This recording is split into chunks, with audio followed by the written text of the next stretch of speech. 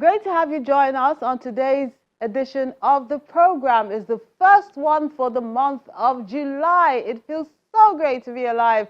I'm Melinda Akinlami. Let's show you what we have lined up for your viewing pleasure. An interplay of different creative arts is revealed as the Madhouse by Tikera Africa.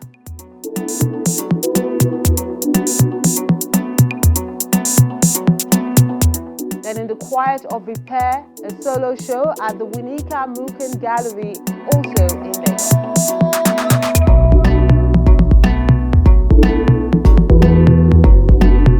We'll enjoy that and more when Madhouse returns in a moment. Please stay with us.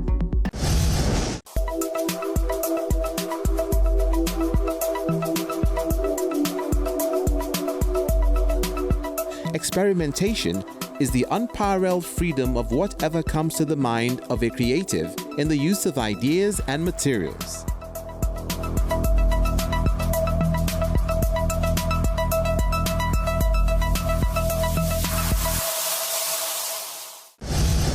Let's begin with this interesting group show, which features various creative artists. It took place at the Madhouse by Tikera Africa in Lagos.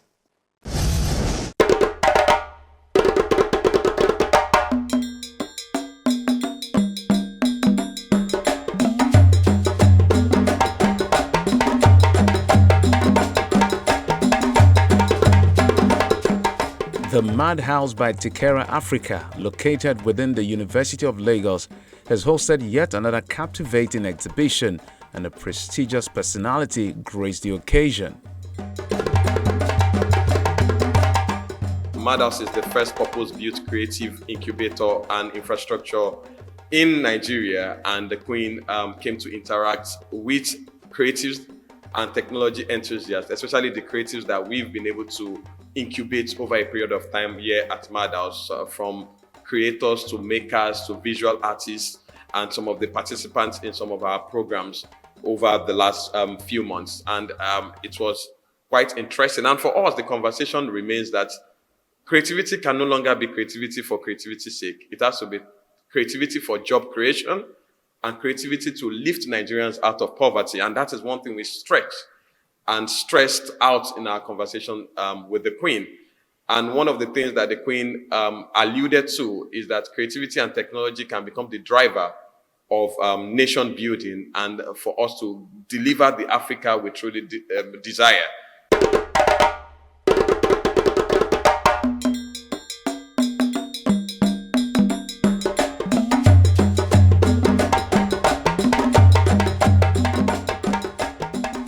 The space has given young talent a platform to express themselves, and today, artists who work on an array of media are showcasing their creations from visual arts, digital arts, installations, and more. Right here I have 4 works on display, 2 paintings and 2 upcycled mixed media artworks. And this one is actually titled Atumbi, New as Old as New. And the idea is this is 2. And the idea is to, transform material, because my work is about material regeneration and emotional renewal. And what I do is I take materials that have been trashed, like plastic, paper, wood strips, and I kind of combine it into, give it a new meaning, into a new form, transform it to a new form. And I use that as a metaphor for my relationship with the environment, like our relationship with the environment. And I would say my work has 2 entry into it. I have a personal entry into my work, and I will have one that is more societal based, more that carry the story and the idea of the society into it. My works are filled with African symbols, ancient symbols that used to mean a lot to communities. So these symbols have values and wisdom embedded in them. Most of them mean unity, support, cooperation, love, mainly values that bring the community together to enhance unity. I try to bring them back to the present day as a form of cultural preservation so that they don't die. The wisdom in them don't die. And I use these symbols to tell stories of love, of intimacy, of connection to bring us all together. I am the creator of the Elder series, and that's putting other people on the fashion area we don't see them. And I utilize technology to do that. Technology, which is artificial intelligence, to tell stories, to amplify our stories, to preserve our stories as well. So it's like a very pioneering thing, but also a way to speak to the world as advocacy using my artwork. So basically, I utilize tech to amplify my normal artwork flows.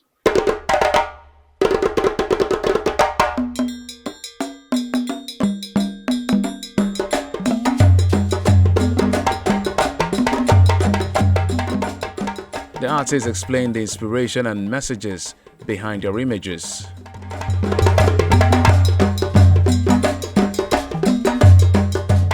This whole thing started with grief, my personal encounter with grief after losing my mother.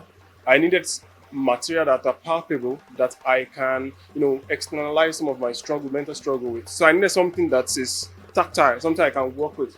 So that's when I started with cartons, mosquito nets, plastic that I cut into pieces, and wood strip, then bring all these things together to serve as an external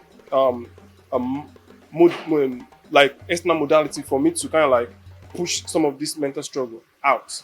And from the general or public or societal point of view, it's also an idea on environmental sustainability. And not just environmental sustainability in the sense of the way we dispose waste, but also creating a consciousness around how we manage the environment, which is very, very important.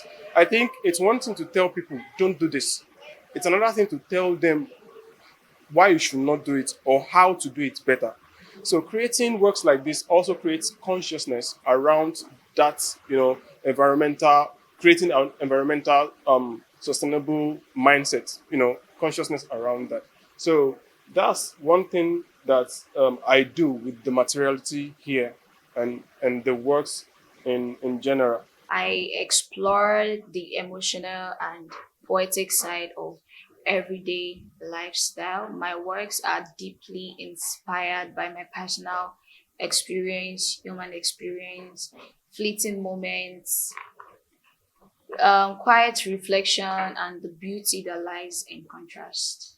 Technology always grows, and we don't want to be at the background in Africa when it's growing. We want to be at the forefront. And I'm blessed enough to be part of the people at the forefront that actually started working with using generative AI ethically, to tell stories, to amplify our cultures, and also to preserve our culture.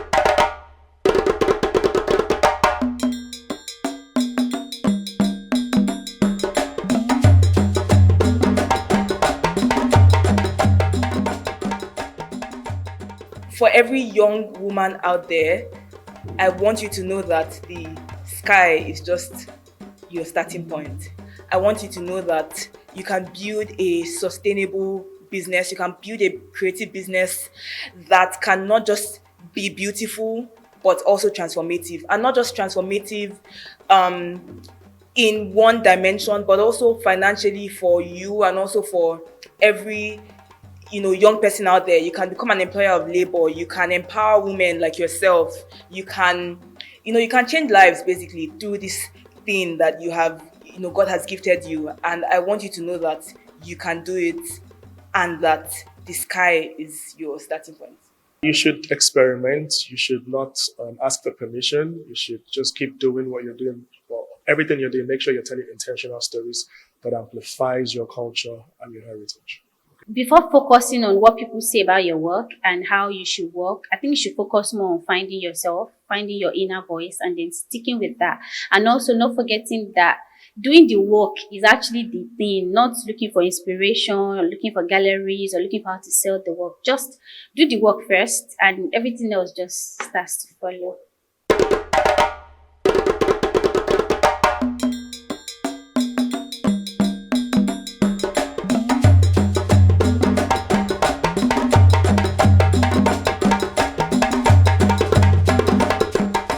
The Madhouse by Tikera Africa is an incubator, accelerator, and research institute focused on knowledge sharing, shaping, and sharpening for creative founders and startups.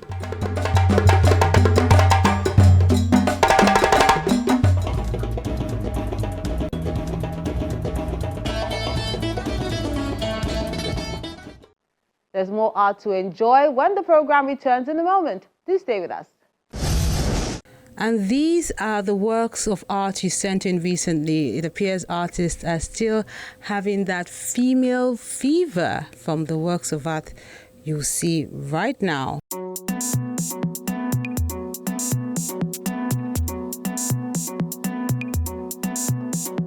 Let's begin with The Blue Couch. It's a watercolor on watercolor paper piece by David Udoka.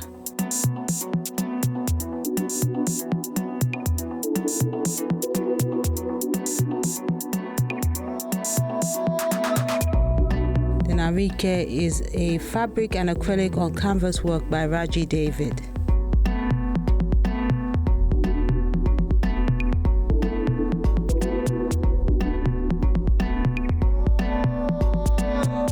In her prime is how Esther Obiwuru has captured this acrylic on canvas work.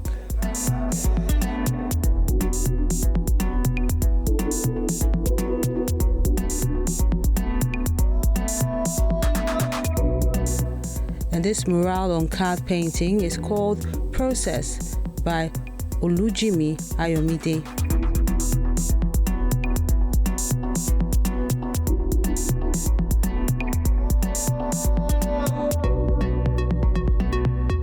This hand-painted acrylic paint on canvas work is titled Not Airboss, an AI. It's by an artist from Thailand called Parapol.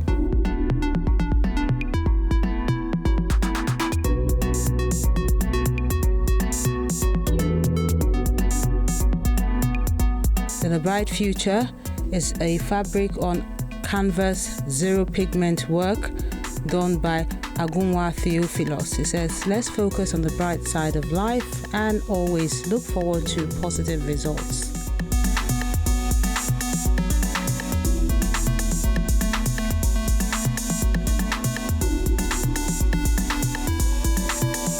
Then this is a fresh one from my colorful palette. That's what Babatunde Ogunlade has said with this acrylic on canvas work titled Dance.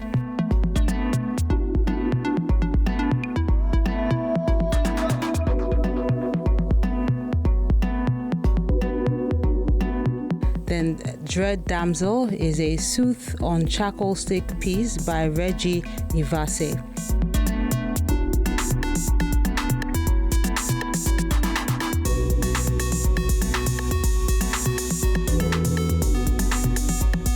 Then we wrap things up with this work by Yakub Lukman. It's titled Greener Pastures. It's done with acrylic on canvas.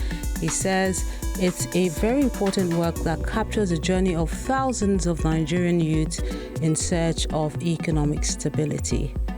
But east or west, remember, home is the best. Nice one, Lukman.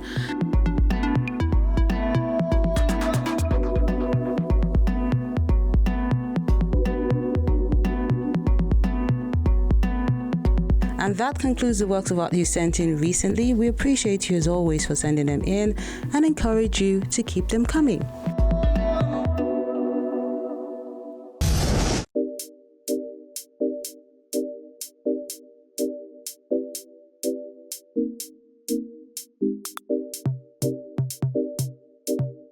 Our wordsmith for today is Better Days to Come by Amirat Ayomide Ali.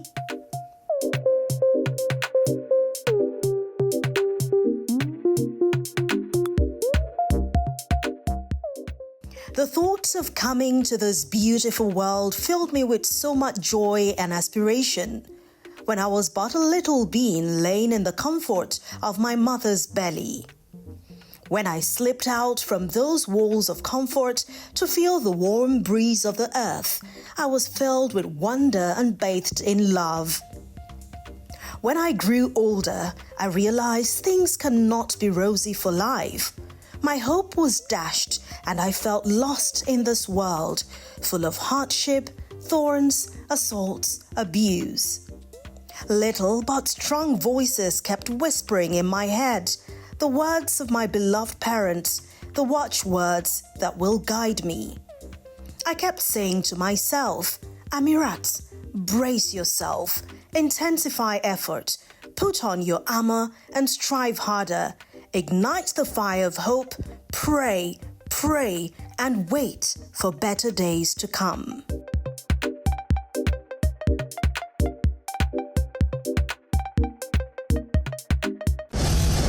And the Quiet of Repair is a solo exhibition at the Wunika Muken Gallery in Lagos.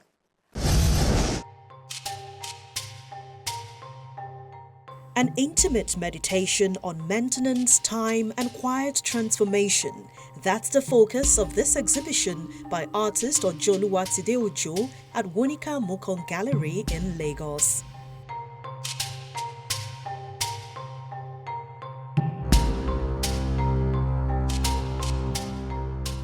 My work does a lot of reflecting on my past and my present as I find my way through life to the future, and I pull from my family, watching the women around me, because I grew up majorly in a woman's household, as leaders, followers, everything in between, everything all around is women. So I take a lot of inspiration from how we evolve, and just as human beings, how life is so intricate and the relationships and all that. And I think that's why we're here today, is to also kind of join in the journey of figuring things out and reflecting on our purpose.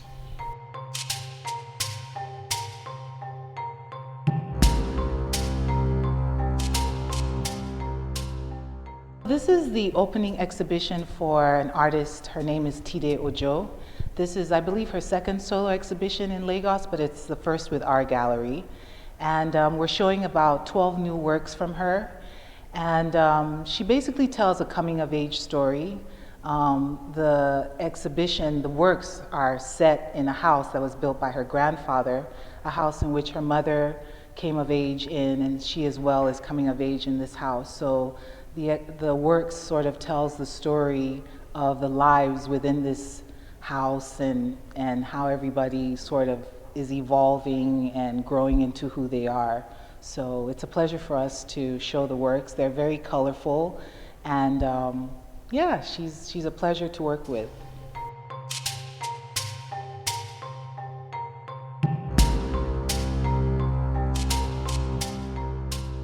The artist has posed questions which serve as reflections. Do you like who you are becoming? Do you find that you have chosen this person, or is it happening to you, as well as other self-appraisals? As a Nigerian, I'm coping the same way we all are, hustling. But because being an artist, you really need to find time to slow down, because you can't create real authentic work in the rush of things. I find that I have to balance my time out in other jobs. So I have to find different ways to make the money that's going to drive my practice forward, such that it begins to feed itself. And luckily for me, it is slowly beginning to take care of itself. Using thread and blue staining as metaphors for repair and the passage of time, the artist reflects on how spaces and people evolve together with images which touch on broader issue of the erosion of traditional African architecture and values. Ojoluwatide Ojo is a very young, fun artist. I feel like in a couple of years, she's going to be a household name in Nigerian contemporary arts. You know, she, like in this exhibition, she's fun, but she also takes emotion very seriously. Talking about the house she grew up in, which is the same house her mother grew up in, and, you know, telling a story of becoming, evolving. So those are very deep layers for someone to allow you come into. And we also have an installation that is mirroring a yard and a room in her grandfather's house. So this is a very personal story she's trying to tell, but it's also fun. You can see the pink colors, you can see the blue colors, it's like very popping. So far, from what I've been able to see from the art here in the exhibition, I like how sincere the works are. I like how personal the stories. The paintings come from her memory of the house that she grew up in, and so that's I like how she came to portray those intimacies as well as the women that she grew up around. And so yeah, it's a very lovely, moving exhibition so far.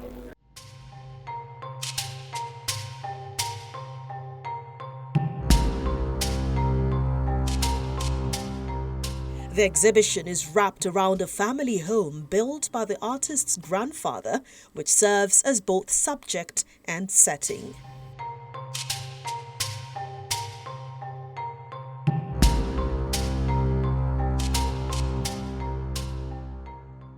My advice for upcoming artists is to, don't be scared.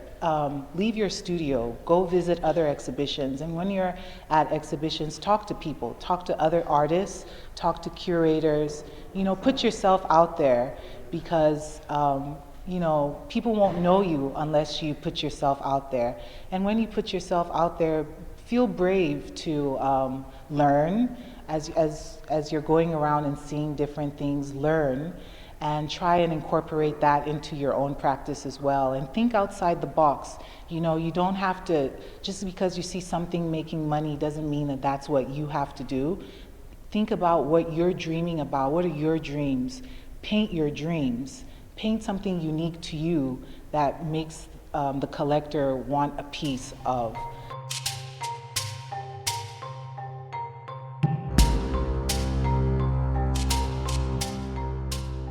For the artist, this exhibition is deeply personal as it reflects on experiences and observations while addressing wider societal shifts.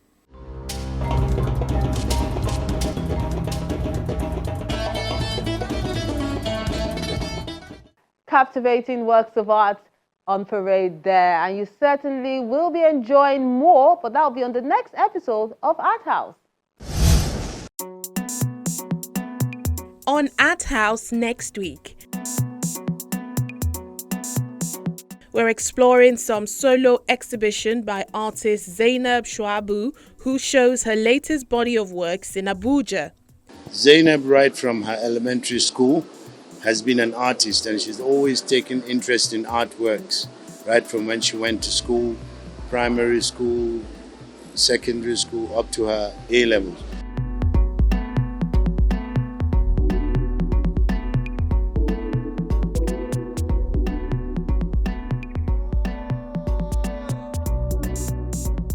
To the Code Gallery, also in Lagos, where Tofo Badi is presenting her solo exhibition titled Dissonance and Disturbance. My works are like self in transition, self in different positions. And the idea of self, especially when it comes to like that essence of being that's mostly talked about in like mythological stories, I feel like they're white creatures.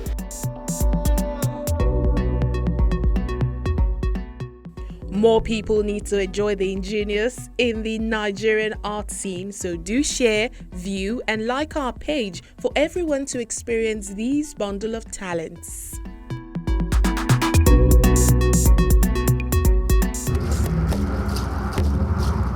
Your Art House experience doesn't have to end when the show is not on television. Interact with us on our various social media platforms. See any edition of Art House on our website or YouTube page. Join our very interactive Facebook page by joining the group on Art House on Channels. We're everywhere.